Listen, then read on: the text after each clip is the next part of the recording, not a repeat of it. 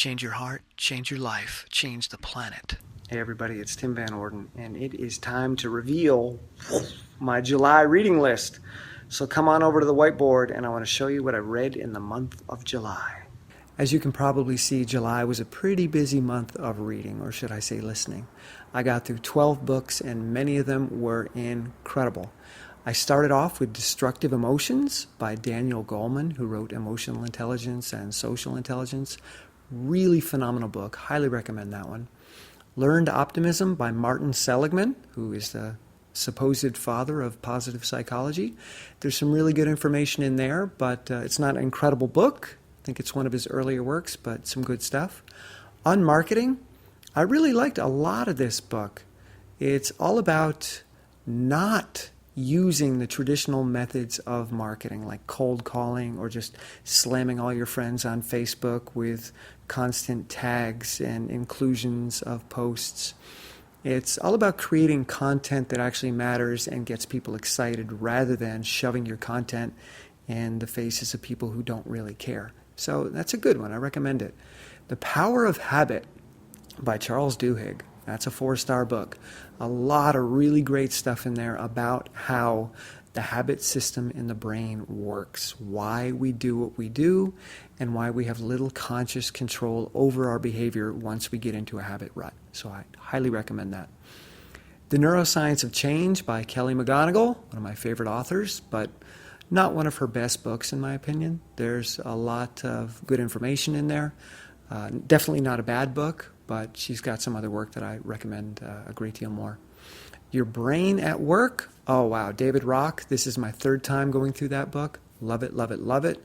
It's 4 stars. Highly recommend that one. The Talent Code, all right, by Daniel Coyle. Great book. Talks about the concept of myelination, how you can increase the speed at which your neurons fire or your neural networks. A lot of great information in there about how to experience mastery. But now we're getting into the real meat of this month, The Myth of Freedom. 5 stars. And I do not give 5 stars away easily. This book rocked my world. It's by Chogyam Trungpa, who founded the Shambhala Center here in Vermont, and he was the mentor of Pema Chodron and many other people. This book will bust your brain wide open, totally humble you, and then put you back together again if you're up for the job. It's not an easy read, but wow, did it really expand my consciousness and humility at the same time. The next one, How to Stay Sane. Decent book, some useful information in there, but if you got some spare time, go ahead and read it. But didn't knock me out of the park. The next one is by The Teaching Company. That's what the TTC means. It's called Being Human. There's some really useful information in the beginning of that, and it was a lecture series created by Dr. Robert Sapolsky from Stanford.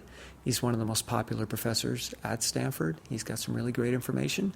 But towards the end, he kind of goes off into these areas that just aren't really applicable. Interesting, but not really applicable.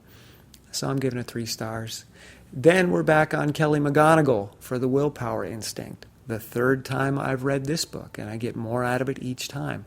Highly recommend that book, as she goes over in a non-scientific way, at least in terms of terminology, how willpower works in the brain and in the human experience, and how to have more of it, how to fight less, essentially, fight with yourself less.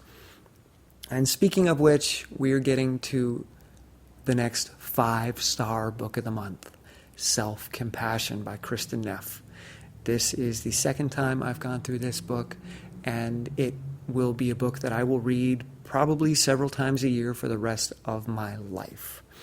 This book is incredible, and it's all about how self-kindness and self-compassion are the new black. That self-criticism and self-esteem, although they were highly touted in the 70s, 80s, and 90s, science has moved on, and we now realize through empirical data that self-compassion is the new king of the hill. If you want to transform your life, if you want to have a more positive experience, get more done, and enjoy the process, self-compassion is where it's at. And I just love the way that Kristen Neff writes in this book. So cannot recommend it enough. So if you want to check out any of the books that I mention over there, my suggestion is to go to Audible.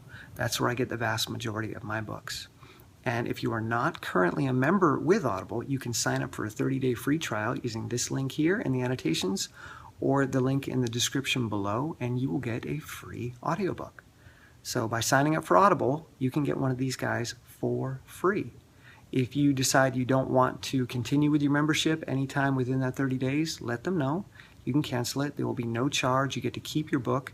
And if you don't like the book that you download, you say you choose one of these guys and you don't like it, let them know and they'll let you download another book. They're really cool like that. And by signing up, I actually get a tiny commission. It's not a lot, but I do get a little bit. So you help me out so that I can continue to make videos like this and buy more books from Audible.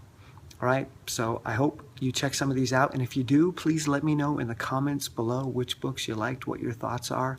I look forward to hearing that. And let's all get smarter together. All right, I love you guys. Bye. Normally, I like to go through a book every 1 to 2 days, but as you can see, there are 5 4-star books on the June list. So I took my time, and a couple of those books took me 3 to 4 days to get through because I really wanted to slow down, rewind, make sure I really got what they were saying before I moved on to the next piece of the book.